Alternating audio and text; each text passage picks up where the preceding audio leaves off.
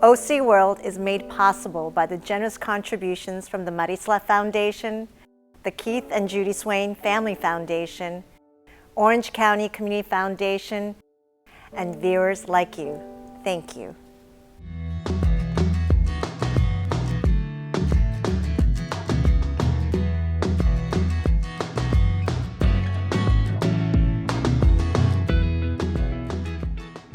Hello, and welcome to OC World. I'm your host, June Kim Lopez. When we think about community, we often reflect on what makes it unique, even interesting. The history, the art, and culture are as distinct and personal as our own fingerprints. It can become part of our identity and point of pride. Today, we will be sharing with you one of those examples as we tell the story of a family that was one of the original developers in Orange County, the Moultons. You may be familiar with some of their names as you see them on the streets, communities, and facility signs within the county. It's also my agency that's named after them, Moulton Water District, a public agency. And today I am delighted to be joined by Jared Mathis of the Moulton family right here in their new Artifacts Museum in Laguna Hills. Thank you for joining us, Jared. My pleasure, June. Great to be here. Great to be here. Now, I can't wait to start talking about the museum, but for our viewers, can you start by telling us a little bit of your connection to the family and how the Moulton family contributed to some of the art and history of Orange County? Sure, happy to do so. I'm very fortunate to be the great-grandson of Louis Moulton and his wife, Nellie Gale Moulton. Most folks know the name Nellie Gale from the community that's adjacent to where we are here today. But Nellie Gale Moulton married Louis in 1908, and Louis arrived here in 1874 in Orange County, and they left quite a legacy to live up to. And as part of the family, my role is to help bring some of those artifacts out so the community can enjoy them. One thing that is part of our spirit in this effort is really building community. What we've really come to find out is the importance that community had for both Louis and Nellie Gale in their journey, not only in Orange County, but on the way here as well. So in 1874, it starts with Louis Moulton. Where did he come from? How did he get here? How did it all start? So it's a fun story. So Louis was actually born and raised in Illinois with his parents. His dad was an attorney. Actually, he went to Harvard Law School and was a classmate of Abraham Lincoln. Abraham Lincoln. Abraham Lincoln, the one and only. And he would come over, and Louis was actually bounced on his knee as a kid. This was before he was president. And then after, unfortunately, he was assassinated, Louis's parents actually split. And he ended up traveling then at the age of around 10 to Boston with his mom and her family, the Fennos. Now, the Fennos were well established in Boston, in publishing and in wool and a number of different things. And Louis could have stayed in Boston and had probably a pretty comfortable life. But if you can imagine having that influence early on, being with Abraham Lincoln, right, and seeing his arc and what he accomplished to keep the Union together and end slavery and all of the great things that he did, I think that had a huge impact on Louis. Because at 20 years old, he, rather than staying in Boston where he could have been comfortable on Beacon Street, he took off at age 20 on a mail steamer ship through the Isthmus of Panama. And about 6 weeks later, he landed in Wilmington, California, in the harbor. And from there, took a stagecoach and landed in Santa Ana, and that was in 1874. And he just went to work as a sheep herder. And then he met Nellie Gale, and the rest is sort of this family history, right? Right, and before he met her, he was here just working. And as a sheep herder, he first worked with the Irvine family as an employee on Rancho San Joaquin. And he would take a 7-piece house, portable house with him, with his sheep, and up and down the coast. Taking the sheep to where there was feed, right? And they would even spark their fires, especially in Long Beach, just with all the natural gas that was coming through the cracks of the earth. That's how they did it back then. And so there was that sense of adventure and and hard work, and really all the while, I think, dreaming of something bigger. Now, with Nellie Gale, that's a name that we know well in this community. There's community named after her. There's art galleries showing. And was that part of the motivation of envisioning this museum? And we're going to walk through it a little bit later, but what was your motivation for creating this museum? Yeah, we had no idea that we were ever going to make a museum. Really, the original intent was to pay honor to all the artifacts that the family really made a point of keeping and keeping safe. I think they knew the importance of it. I think in the moment they knew the importance of it. And I think that really speaks to Nellie Gale's kind of clairvoyance. She was really kind of ahead of her time. And so we ended up as a family with all of these artifacts, and rather than split them up into different family members, we believed that it was better to keep them all together. And more importantly, to bring them back home to Orange County, really where they belong. And so Nellie Gale and Lewis had two daughters, okay? Charlotte, my grandmother, and Louise, her sister, my great aunt. Now Charlotte had 3 kids. One of those is my father. And Louise had 3 husbands, but no kids, okay? Oh. And so, and That's she was a little ahead of her time. Yeah, she was tough. She was really tough, and she was a better cowboy than most. When she went to school as an adolescent, she would ride 2 horses to school, 1 foot on one horse, 1 foot on the other. And she was more skilled and grittier than most of the people in the corral. And that's the way she lived her life. And so she was the last one to actually leave Moulton Ranch in the early 70s. And she lived till the age of 99 in 2014 as the daughter of Nellie Gale. And she had accumulated, as being the last one to leave the ranch and lived such a long life, she had accumulated so many things, we didn't want to break them up. We wanted to keep them together and be a magnet for more artifacts to come together. And as I said, bring them back to Orange County. So it was towards the end of her life in 2014 where we really put things together that we needed to do more than just let these things fade away. So if you were to think about maybe the top 2 contributions over the years that your family had on impacting the history, the culture of Orange County, what are the maybe top 2 things that come to mind for you? Well, just to give one to Lewis and one to Nellie Gale, right? Lewis was just all about community. We've got proclamations all over our museum signed by all of his neighbors or the other pioneer families in the area, talking about what a sense of community he brought. So from infrastructure, like water facilities, and we've got great documentation on that, to honoring all the first responders. That was a big part of his identity. They always had an annual big party for all the folks that stood on watch to prevent fires, because especially back then, one spark could ruin it all. So the sense of community, the organizations, the infrastructure, I think that was really core to Lewis. And the testimony from his neighbors really, I think, tell the tale. He would never be one to boast himself, but from his neighbors, it's very clear that he had a big impact on their lives. And I think just that story of being 20 years old and throwing it all on the table and saying, I'm going for it, I think is something everybody can draw inspiration from. From Nellie Gale, and Lewis passed in 1938 and she lived till 1972. So she had a number of years without Lewis after he was gone, where she was running the entire empire. Now, Moulton Ranch was about 22,000 acres. That's now the towns of Laguna Woods, Laguna Niguel, Laguna Hills, Aliso Viejo, parts of Dana Point, parts of Laguna Beach. So pretty big contiguous landmass with a number of different operations happening on it. And Nellie Gale was running it at a time where there wasn't a lot of women doing such a thing. And beyond that, too, she was also just really involved in community.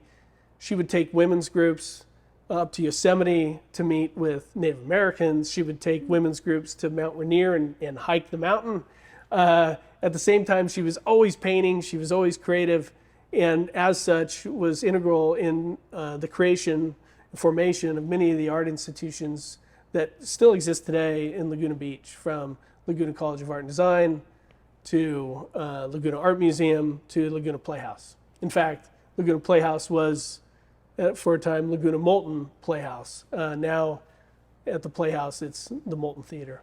So following on those 2 points, the sense of community, and at least from what I have seen, the sense of community is alive and strong in the family today. Right. And I know that part of what's important is the community involvement, participation, especially with the younger generation. So can you talk a little bit about what the family is doing today to kind of continue that legacy of community service of Lewis? Yeah, we think that this museum is really a vehicle for that. We want it to be something that everyone can take pride in. We have so much in common with everyone around here in that we share this land, right? And in the land is the story, and we've got all the elements of that story. So we want to share that history. These cities, really, in the grand scheme of things, came up pretty quickly in the string of history. It wasn't all that long ago where they didn't exist, and they came up so fast. There's a real appetite to understand now, okay, what was here before us? And so if we can help fill that void and provide that information, then we're doing our part. And so we are going to cater to youth here as well. It's not a children's museum, it's a museum for everyone.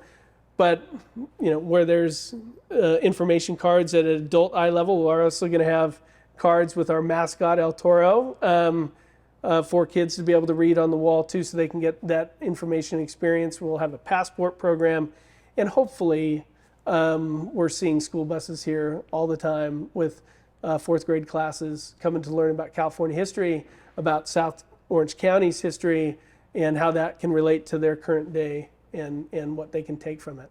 And part of that is conveying what we think is really important, which is the pioneer spirit. Well, and I think it's always been, at least what I've noticed when you talk about the history of this area from your family's perspective, there's a great deference and respect for those that were here before, all the way up to the indigenous people that habitated Orange County. And carrying that forward with the education is something that I know is very well received in the community. But now going to Nelligel, the second contribution of the family to the arts. Yeah. Let's talk a little bit about just how great of an artist was she, because I think everyone realizes, well, there's art, but her work's been showcased multiple times over the years, at least from what I know. And talk a little bit about, for our viewers, what sort of art she did. I'm partial. Okay, but I really love her art. It's really good. Certainly it's well received in the art community as well. She trained and was friends with all the masters, or a lot of the folks that really made Laguna Beach plein air art, specifically what it is today, and put it on the map. She was contemporary with Frank Couperin and William Wendt and Anna Hills and all these folks that have far more expensive paintings than hers. But she painted with them. Edgar Payne is another really amazing artist that she was with and learning from and painting together. And so you can see their influences in her work, and you can track. She painted well into her 80s. And we have her first painting, and we probably have her last painting, although we haven't identified it. But we have hundreds of examples of her work, from sketches to art, oil paintings. And I think they stand on their own. I really do. And as part of this museum effort, we're also adjacent to it opening what we call Nellie's Gallery. It's an art gallery, and we're going to display great artists as we go along. And we'll rotate those exhibitions out even faster than what our museum exhibitions will be. So it will always give people a reason to come back. And the other thing about it is you don't have to, in our view, have to fight traffic and go down Laguna Canyon or any road to get to the ocean to be able to look at good art. It seems to be many of the great art galleries are across the street from PCH or adjacent. You can stay inland and still see some really quality art here, and that's kind of what we want to do, is cater to the community around us. So what was it like to put this museum together? Because it's not your typical museum. It's not Right. something that's static. I know your vision is very evolving. It's almost sort of museum slash gallery. Right. So what was that experience like? Well, it's been 8 years in the making, so it's slow. But that's okay. We wanted to go at our own pace because we wanted to do it right. We didn't want to leave anything behind, and we didn't want to come out half-baked. Certainly, it's not anything I've ever done before, but we have a great team. Our museum directors, Jennifer and Cindy Keel, they've been archiving our collection for the last 6+ years. And to have it come to life and see the walls come to life is really gratifying, but it took a lot of people to get here, and we owe them all a great debt of gratitude. But it's an adventure. It's like Lewis jumping on the steamer ship, right? You just go for it, and you just commit, and that's what we had to do, because we knew it was the right thing, and we got signals all along the way that we needed to keep going, and so here we are. So if all your dreams came true, if there was the one thing that you wanted to accomplish with the museum for the community, what would that be? Oh gosh, just that people have a greater understanding of where who's been here before, and that it brings the community together in a way. I don't want to get sidelined, but certainly we always hear headlines about people being divided about different issues or things or that. I would love for this to be an area where everybody puts all that away and comes here and just learns and shares not only together but about each other and about our history and all the things that we have in common, and also the things that make us unique in a positive way. That would be, I think, us accomplishing our goal. I know that would make Nellie Gale happy, and I know that would make Lewis happy as well. Well, and that's one of our goals at OC World by telling these stories. We've had other segments about arts and what it means to people in the community because it's a personal lens. And so now that you have the museum, what's next? Oh gosh, day by day. Let's have our opening first and see how it goes. Some of the fun things that we're doing here in the museum is really combining these gritty artifacts with high tech. And so growing the high tech features in the museum that can be interactive using augmented reality and also 3D holograms. That's what I'm really looking forward to, is enhancing what's in here. Eventually, hopefully, you'll be able to bring in your own personal device, and almost everything in the museum will be able to jump off the wall into your phone and be animated. On opening day, a number of those things will already happen, but we've got a long way to go, but we're giving everybody just a taste so far. So between that and also the 3D hologram imagery, we're recreating the original ranch house of Moulton Ranch, which, for those that understand this area, is where kind of the Laguna Hills Mall is today off of I-5 and El Toro Road. We have the original blueprints, so we've been working with our partners with those blueprints to recreate this thing that will lock to your face and you can look in and see what was inside the windows back then, because we have all the interior pictures. So we can create a whole world in that realm. And so to that degree, we want to bring those lessons to the way people are learning today. And I think including high tech in that is critical, to be able to communicate to people that are like my daughter's ages, who are in elementary school. So that's exciting to me. I think really pushing the envelope with this museum, not only on who we reach, but how we reach them. And there's some other branches of the culture and the history of your family in other parts of South Orange County. I'm thinking of Aliso Viejo. Right. You almost have a satellite, Right. not a museum, but you also have Right. remnants there too. Well, what we hope to be able to do is bring content and context to any public project that might be happening. We've spent a lot of time, as you mentioned, with Aliso Viejo to help them create Aliso Viejo Ranch. The city invested a lot of time and money. It happened to be the site where there were the only remaining Moulton Ranch structures left from the old ranch. And so they went to great efforts to not only historically preserve them, but adaptively reuse them. So not only are they just a static remembrance of yesterday, but people can actually go in and have meetings, or there's weddings there all the time. And so to us, that's perfect, right? And so the more projects we can be involved with there, the better. The other thing that we want to do is continue to bring public art to our area, especially imagery that calls to our history, so that it can be artistic and educational at the same time. So we've worked with a number of great muralists, and we're going to continue that project as well. And then we've got a lineup of some great exhibitions to come after 1874 in the West.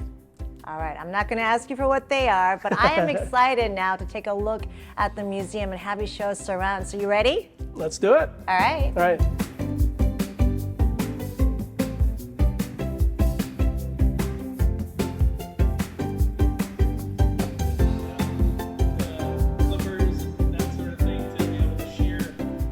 So this is really great. I'm excited to see all the artworks, and let's start with this one. What are we looking at here? Because I know you talked about Lewis and his sense of community. This seems like some sort of a community feast. Right. This is one of my favorite pictures of all time. So we said earlier that Lewis arrived in 1874. Well, this is 50 years later. It's celebrating, this is a party celebrating his 50th year in Orange County. And so he's surrounded by all these pioneer families and all the people that really built Orange County. And the fun part is we have newspaper articles that show everybody that's actually in the photo. Every single one of them. Every single one of them, which is just a really cool thing. And it's, as the museum, we want to surround ourselves with all the people that make things happen in Orange County too. So it's kind of emblematic of who we want to be as well. And I bet it's the who's who list of Right. all the ones that developed Orange County. But now I'm seeing something interesting here on this photo, and I'm taking a careful look. Yeah. I'm seeing one woman. Not too much diversity here. No. Is that right? It's all men. But yet right here in the middle, standing straight up, is Nellie Gale. And that's, I think, the only way that she would have it. I would imagine that if everybody else came with their wives, they're all off to the side of the picture, and Nellie said, I put this thing on. I'm going to be in the picture like everybody else, all the other guys. So, yeah, it's really, I think that picture tells a great story. She's pretty fierce, huh? No, not a fear in her at all. She was not scared. And you talked a little bit about another woman in the family who was doing the horseback riding, so I guess it kind of runs in the blood in the family. We've got strong women, there's no doubt, and we're better for it.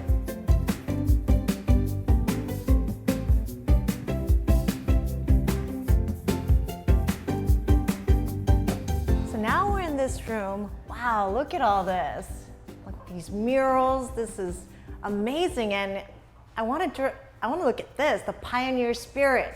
Right. Tell me about this one. Well, pioneer spirit's really important to us, and all these sections of this mural that was painted by Luis Barajas is a depiction of a part of Nellie Gale's life. From when she was a school teacher and a principal. And this is Nellie Gale, right? This is Nellie Gale, yeah. The same woman in the black and white photo. Oh. That's exactly right. And there she's building the Laguna Playhouse. The tornado up in the top corner is depicting when she was picked up by a tornado at 6 months old and thrown across. She called it affectionately her first flight. That's the spirit that she had, the comedic spirit too. She worked at the old El Toro General Store in summertime when she wasn't a principal and teacher in the Seattle area. At that store, that's where she met Lewis, and that's where it all began. But this whole mural will come to life in augmented reality as well. So it's really going to be a dynamic piece for kids and adults alike. And this is your family spirit, and this is what you bring to the region. I think that's right. That's what we try to do, and those lessons were ones that were taught to us from our beginning, and following this example has been great. If Nellie Gale saw all this, what would she say? I think she'd love it. I think she'd eat it up. She'd like to be in the front row, center stage at the Laguna Playhouse. So I'm sure that she would love to see all this in the bright lights. Well, Jared, thank you so much for showing us around and sharing your family story. I am so excited about your museum and excited to see what else is in your future. And thank you to our viewers for joining us again. You know, when I think of history, it's textbooks, classrooms, stuffy museums, but it's no longer the case. It's about sharing of personal stories and personalities behind the past. And what's more important, as we've seen here today, is what happens in the past helps us realize where we are today, and more importantly, how we can apply those lessons and experiences to the future. I'll certainly remember Nellie Gale and her pioneering spirit as I think about future challenges. So until next time, stay safe and be well.